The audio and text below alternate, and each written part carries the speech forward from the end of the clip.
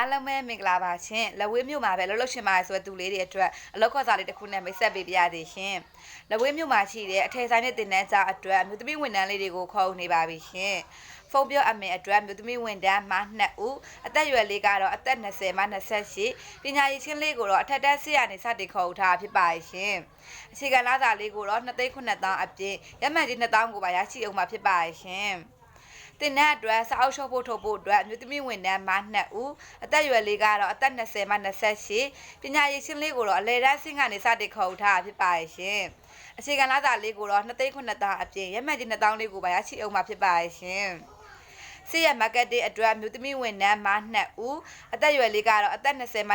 28ပညာရေးချင်းလေးကိုတော့ထက်တက်ဆင်းရနေစတင်ခေါ်ထားဖြစ်ပါရဲ့ရှင်အခြေခံလစာလေးကိုတော့2,900,000အပြင်ရမှန်ကြီး1,000မှရရှိအောင်မှာဖြစ်ပါရဲ့နော်အတွေ့အကြုံလေးရှိပဲဆိုလို့ရှိရင်တော့အခြေခံလစာလေးကိုညှိနှိုင်းပြီးသားဖြစ်ပါတယ်ရှင်အလောက်ချိန်လေးကတော့မနက်7:00မှညနေ9:00နာရီတစ်လကို2ရက်ပိတ်ပါသေးရဲ့ရှင်